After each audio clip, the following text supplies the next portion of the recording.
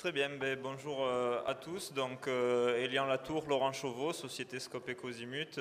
Tout d'abord, merci beaucoup à Aster pour l'invitation et l'organisation de ces assises avec tous les partenaires. Nous, pour la petite anecdote, on se souvient des assises qui avaient eu lieu à Toulouse en 2011, je crois. On était encore étudiants, on y avait assisté notamment à une conférence de Jean-Pierre Oliva. Maintenant, on se retrouve sur scène pour présenter un retour d'expérience donc, sur de la conception, pardon. C'est un projet qui en est en phase APD, c'est important de le souligner. C'est sur la ZAC donc, qui a été évoqué sur la présentation juste avant, à Biganos. Donc on a souhaité faire un retour d'expérience sur plusieurs sujets. Bien sûr la partie technique en lien avec la thématique du confort et de la thermique, de l'hygrothermie, mais aussi sur la démarche d'un projet et comment un projet qui est quand même une certaine envergure a abouti à des prescriptions de terre. Et donc c'est ça qu'on va détailler dans les 5 points que vous avez présentés ici. Donc je vais laisser Laurent sur le premier point et je reprendrai ensuite. Alors, juste pour se présenter un petit peu, côté Scope Ecozimut, on a plusieurs activités, très rapidement. Une activité principale de bureau d'études thermiques, fluides, environnement et matériaux, où on accompagne au sein des équipes de maîtrise d'œuvre des prescriptions, notamment sur l'utilisation de matériaux naturels dans la construction et donc de terre crue. Une activité de R&D au sens où on l'entend, qui est de la recherche très appliquée, avec la volonté de faire du transfert directement envers les entreprises de construction et avec des échanges qu'on essaye de créer avec les labos universitaires pour faire du retour d'expérience entre les besoins terrain et les labos universitaires. Et ensuite, une phase d'une petite prestation de maîtrise d'œuvre de corps d'État où on accompagne sur des projets très spécifiques avec des contraintes techniques, des partenaires, architectes, maîtres d'œuvre sur des sujets où ils ne souhaitent pas aller par manque de connaissances sur le matériau de terre ou sur l'utilisation de matériaux naturels. Voilà, avec une petite activité de formation qui vient compléter ça. Donc, là-dessus, on a travaillé donc on est créé depuis 6 ans à peu près, et on a commencé à travailler sur matériaux terre. On est basé à Toulouse et dans le bassin toulousain, il y a beaucoup d'utilisation de terre crue pour des enduits et pour de la brique de terre. Donc on a commencé à travailler un petit peu sur des enduits de finition. Ensuite, on a fait un petit travail de recherche sur des mélanges terre-fibre, dont on va vous parler juste après. Et on est en train de travailler sur certains sujets de terre structurelle et l'utilisation de terre et la valorisation de la terre aussi pour ses capacités porteuses. Voilà, donc ces différents sujets nous ont amenés à travailler sur des projets au début avec des particuliers, puis au fur et à mesure sur des appels d'offres publics et ainsi de suite. Et la première partie du retour d'expérience, c'est ça que je voulais dire en introduction, c'est sur le cheminement d'un projet, comment un projet comme celui qu'on va vous présenter arrive avec des prédispositions pour que des équipes puissent se positionner sur des réponses en terre crue.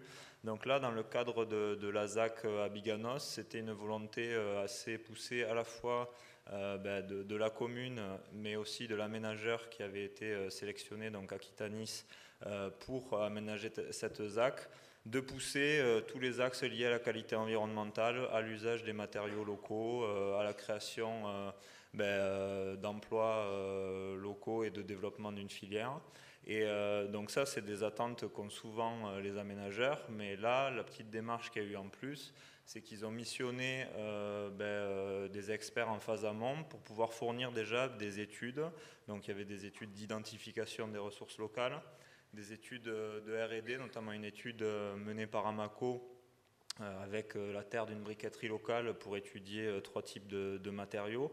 Et toutes ces études-là étaient fournies aux différentes équipes de maîtrise d'œuvre, et ce qui a permis d'orienter très fortement le choix des équipes sur ces solutions. Donc nous, le projet qu'on va vous présenter, c'est un projet où Aquitanis était à la fois aménageur mais aussi maître d'ouvrage en tant que bailleur social. Donc c'est un projet d'une petite centaine de logements où il y a à peu près 25% du programme qui est prévu en construction terre. Du moins, ils avaient qualifié ça dans la fiche de l'eau comme expérimentation terre. Et on parle d'une dizaine de logements individuels, donc c'est soit des maisons individuelles, soit c'est des maisons individuelles accolées, et 14 logements au sein d'une même résidence sociale en R+2. Je vous ai mis rapidement le budget de l'opération, 9 millions d'euros, avec des coûts, des ratios en euros hors taxe CHAB hors VRD, qui étaient différenciés dans le programme. Et donc on retrouve des coûts de bailleurs sociaux assez classiques aux alentours des 1200-1300 euros par mètre carré, et des coûts un peu plus élevés de 200 ou 300 euros de plus par mètre carré pour la partie terre. Et la petite spécificité qu'il y avait sur cet îlot, c'est que c'est un îlot qui a été lancé en conception-réalisation. Donc une équipe composée d'un mandataire entreprise générale, après toute une équipe de maîtrise d'œuvre derrière, avec un processus qui, à la différence de pas mal de marchés publics, n'est pas anonymé du coup, où on a un jury, un oral pour aller défendre son projet. Et ce qui était intéressant, c'est que dans les critères de notation, là aussi je le dis, si jamais il y a des maîtres d'ouvrage dans la salle ou autre, les différents critères étaient faits de sorte à ce que la partie technique qu'on pouvait proposer sur la qualité environnementale, sur les matériaux ou autres, ressortent comme des critères prépondérants sur la partie financière. Donc nous, on a été lauréat de ce projet avec l'entreprise Pyrénées Charpentes en mandataire, et vous voyez les autres parties prenantes de l'équipe ici.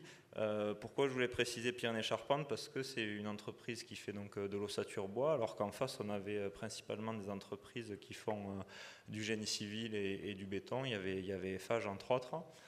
Et vous verrez que ce choix d'entreprise a eu une influence sur la conception.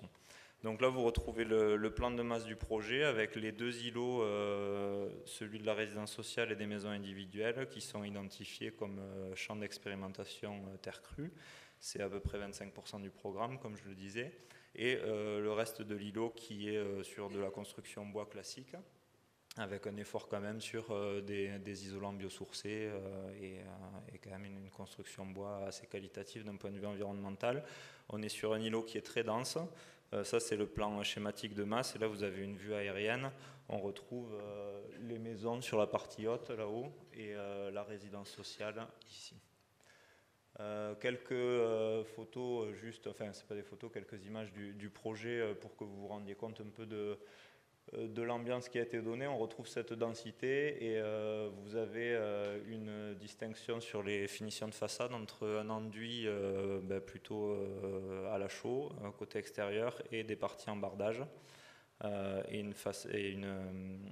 un cœur d'îlot assez végétalisé avec une sorte de cheminement sur pilotis. Et là aussi, c'est important de le souligner parce que finalement, on est sur un îlot où on a eu zéro besoin de décaissement, alors que notre idée initiale, c'était de réutiliser la terre du site. Mais en fait, il fallait plutôt relever les bâtiments que creuser. Donc voilà. Justement, ça m'amène sur le choix du terre fibre en conception, et c'est le retour d'expérience donc sur cette partie conception. Dans la méthodologie du concours, on avait à peu près 4 mois une fois qu'on était sélectionné pour construire notre projet, avec une prime assez conséquente de l'ordre de 130 000 euros qui laissait la place pour faire des essais, pour aller faire des expérimentations avec l'entreprise. Donc on s'est saisi de ça. Et on a essayé d'apporter une réponse la plus cohérente possible à la fois au programme, mais adaptée à notre équipe. La réponse aux ambitions du programme, bien entendu, avec des matériaux bio et géosourcés et le plus possible locaux. Donc là, on a identifié la terre de la briqueterie du Barp, qui est à une quinzaine de kilomètres du site du projet. L'influence, comme je disais tout à l'heure, du choix de l'équipe et de travailler avec un charpentier, où on s'est dit on ne va pas forcément aller lui proposer de la maçonnerie ou ce genre de choses, on va plutôt aller travailler sur du remplissage, et comme ça il reste dans son cœur de métier initial, et exploiter les qualités du matériau. La briqueterie du Barp fournit une argile très cohésive, qui est micronisée, qui a un fort pouvoir collant, et on trouvait que c'était pertinent du coup de faire une terre allégée avec ça, et qu'on aurait sûrement de bons résultats. Et enfin, donc ça c'est ce qui nous relie au sujet du jour, la conception va dans le sens de favoriser le confort hygrothermique, où on a fait le choix, et c'est drôle qu'il y ait eu cette présentation sur la maison passive juste avant, où en fait on a fait le choix, plutôt que d'isoler par exemple avec de la paille et de mettre l'enduit terre à l'intérieur, comme on aurait pu le faire, de mixer le matériau sur une épaisseur un peu plus importante, de le ramener à l'intérieur, et comme la composition S3 là, qui a été présentée, de venir avec un complément d'isolation à l'extérieur, pour favoriser le confort d'été, la régulation de l'hygrothermie et en ayant l'espoir que ces maisons puissent être instrumentées, qu'on puisse avoir un réel retour d'expérience derrière sur est-ce que cette solution qui a été mise en avant comme plus performante au niveau des calculs, est-ce que ce sera bien le cas dans la réalité du projet. Voilà, donc une fois qu'on a dit ça, il faut passer du concept à la pratique. Donc on a déjà testé différentes fibres. En faisant la visite de l'entreprise, ils nous ont dit qu'ils aimeraient bien valoriser les coproduits de leur activité. Ils ont énormément de copeaux à retraiter. Donc on a testé quelques mélanges terre-copeaux, des mélanges terre-paille aussi. On a testé différents types de mise en œuvre sur des épaisseurs différentes, avec des compactages, avec des coffrages un peu différents. Et on a observé des choses qui marchaient plutôt pas bien. Voilà, avec des essais volontaires de relever le matériau à frais. Donc là, on voit très bien la différence entre ce panneau-là et ce panneau-là, où là, sur le côté, il y avait des vis qui avaient été vissées et des petits panneaux, des petits lithos de bois tous les 50 cm. Donc on voit l'impact par rapport à la tenue quand on relève à frais. Sur ces panneaux-là, le terre-copeau qui manque totalement de cohésion parce que le copeau ne réagit pas du tout comme une fibre et il tient pendant quelques minutes mais après il se délite. Donc tout ça qui nous a permis d'avancer et aussi d'aller peu à peu vers le choix qu'on a retenu de terre-chanvre, notamment en affinant les caractéristiques physiques, la densité du mélange, le lambda souhaité. C'est des matériaux aussi qui devront être support d'enduit, notamment à l'intérieur. Il y a des enduits terre qui sont prévus, donc on a fait des petits tests d'enduit avec des essais d'arrachement, ainsi de suite. Et on est arrivé donc en conclusion sur ce tableau qui est peut-être un peu facile dans ses conclusions, mais on a voulu le présenter comme ça pour que ce soit parlant aussi aux personnes qui ne sont pas expertes. Et grosso modo, on a choisi la ligne où il y avait le moins de rouge et le plus de vert. Voilà. Donc on trouvait l'avantage du terre chaîne vote déjà en termes de facilité de mise en œuvre, avec un bon pouvoir à la fois inertiel et isolant, la gestion de l'hygrométrie comme on le disait, le retrait qui pouvait être mieux maîtrisé, notamment par rapport au copeaux et aussi sur la problématique du tassement où là c'était catastrophique. Et donc on s'est orienté vers cette solution avec une densité visée aux alentours des 300 kg par mètre cube, un lambda entre 0,08 et 0,085 et le choix, comme je le disais, de faire une ossature de 22 cm remplie avec ce mélange-là et un complément d'isolant en fibre de bois par l'extérieur pour atteindre un R à peu près de 5 parce que les objectifs du programme étaient RT 2012 moins 20%. Voilà, et ensuite pour le reste, donc enduit terre à l'intérieur, enduit chaud à l'extérieur ou bardage et un principe de mur sans par vapeur évidemment pour qu'il y ait une continuité de la diffusion de vapeur d'eau.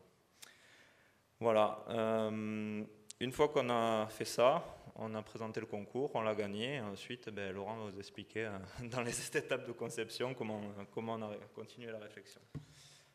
Alors, une petite remarque sur la partie concours. Aujourd'hui, il y a certains concours où on a la chance d'avoir des enveloppes budgétaires qui ne sont pas négligeables et le fait de faire des maquettes, de faire des prototypes, de faire des choses concrètes à l'échelle 1 ou même à des échelles réduites, c'est des choses qui permettent au niveau des maîtrises d'ouvrage de les convaincre, de leur montrer ce que c'est et qui aident la prise de décision aussi en faveur de solutions d'utilisation de terre.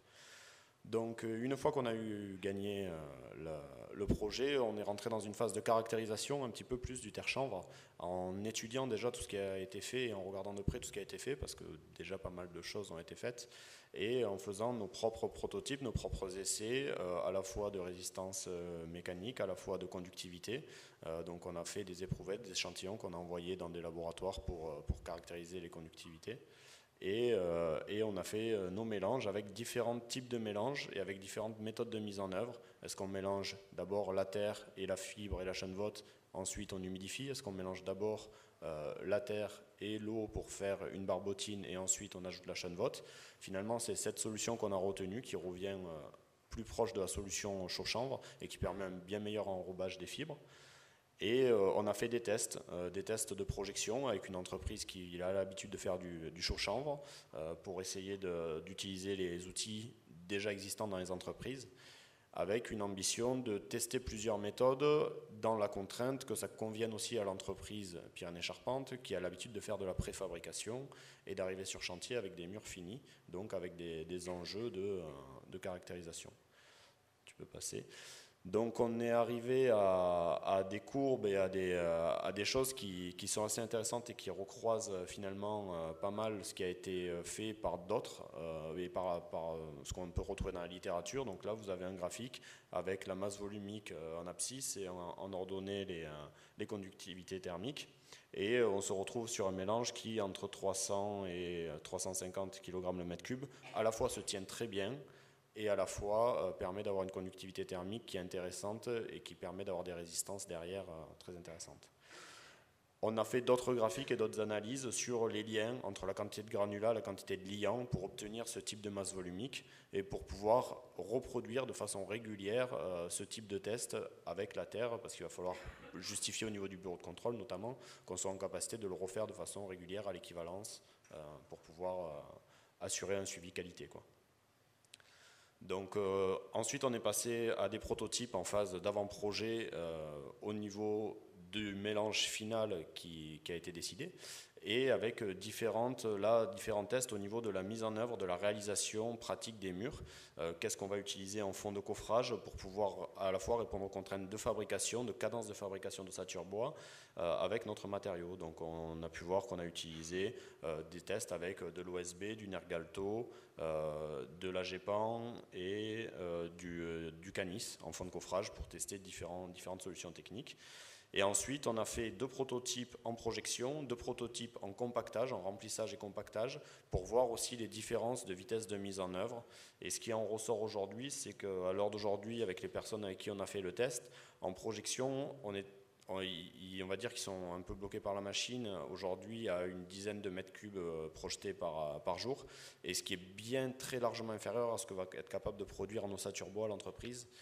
Donc aujourd'hui l'entreprise se projette plutôt vers un remplissage et un compactage, sachant qu'au final on a des résistances, on va dire, enfin on a des masses volumiques qui sont assez équivalentes obtenues sur les 2 modes de fabrication tels qu'on l'a fait. Donc là, vous avez quelques images des prototypes qu'on a levés, redressés après 2 mois pour voir un petit peu. On a aussi fait des tests au niveau du séchage. Certains ventilaient fortement, d'autres pas ventilés du tout. Donc on préconise fortement de ventiler pour ne pas avoir de problématique de moisissure. Et clairement, il faut que le mélange respire. Et ensuite, il nous reste quelques problématiques à gérer, mais dont Olivier va vous parler tout à l'heure. Voilà, notamment là on voit bien sur ces images une problématique de retrait. C'est peut-être pas très clair, mais on a sur la photo de droite, en fait, même après 2 mois de séchage, sur des mois plutôt favorables en août-septembre, quand on enlève la GEPAN qui est pas du tout, qui laisse passer la vapeur d'eau, mais qui laisse pas du tout passer l'humidité sous sa forme liquide, on a encore des mélanges qui sont mouillés et du coup des moisissures qui apparaissent. Voilà. Donc tous ces travaux nous ont amenés là au mois d'octobre et on va rentrer dans une phase de projet de fin d'APD et il nous reste donc des questions d'actualité que je vais traiter rapidement avec ce qu'on envisage de faire pour avancer sur ces sujets. Déjà au niveau du mélange, comme on le disait, l'entreprise a envie de s'orienter vers un mélange, pas vers de la projection, vers un mélange et ensuite un compactage. Donc on va essayer de tester ce type de malaxeur qui est initialement prévu plutôt pour des bétons et d'essayer de l'adapter pour faire des mélanges en grande quantité sur du terre-chanvre. On a aussi une option où on pourrait fabriquer une cuve de malaxage spécifique. L'entreprise est prête à investir dans de l'équipement spécifique parce qu'ils ont souhaité développer cette technique pas uniquement pour ce projet mais pour qu'après ce puisse être reproductible. Au niveau de la mise en œuvre, comment comprimer le terre-chanvre sur des plus grandes surfaces. On a vu qu'à l'échelle d'une travée ça marchait bien. Dès qu'on est sur 4 ou 5 mètres carrés, il faut un poids énorme, il faut presque 4 ou 5 tonnes. Donc là, essayer de travailler avec des systèmes de vérin hydrauliques ou des compresseurs à pied de mouton. Comment optimiser le séchage, comment réduire le temps de séchage et quel fond de coffrage finalement retenir, avec des opportunités de retravailler sur quelque chose de moins comprimé peut-être, éventuellement de faire un mélange des formulations avec du plâtre, enfin voilà des solutions qu'on doit creuser encore.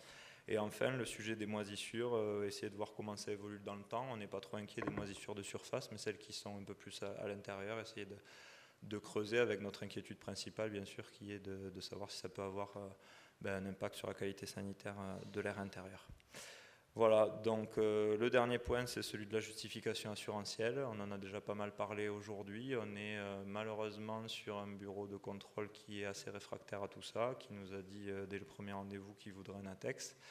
En fait, il s'avère qu'il en voulait 4 ou 5 pour justifier tout et n'importe quoi. Donc là, on retombe sur un seul ATEX sur ce sujet-là et on est en train d'essayer de fournir le maximum d'éléments pour que le cadre de l'ATEX soit le plus restreint possible. Et après, on va faire des essais complémentaires, potentiellement sur la tenue au feu, l'acoustique, ainsi de suite. Voilà, et aussi rencontrer, dialoguer avec les assureurs, vu qu'on est en conception-réalisation. Si l'assurance de l'entreprise fait un pas en avant, ça pourra rassurer l'assurance du maître d'ouvrage, et ainsi de suite. Voilà, donc merci pour votre attention. Si jamais vous voulez échanger avec nous sur ce sujet, sur ces questions qui sont ouvertes, n'hésitez pas. Merci.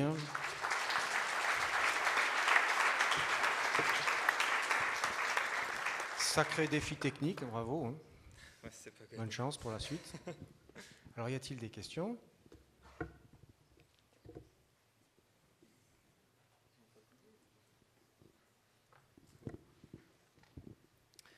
Je voulais revenir sur les compositions de parois pour bien comprendre ce qui est de l'intérieur jusqu'à l'extérieur.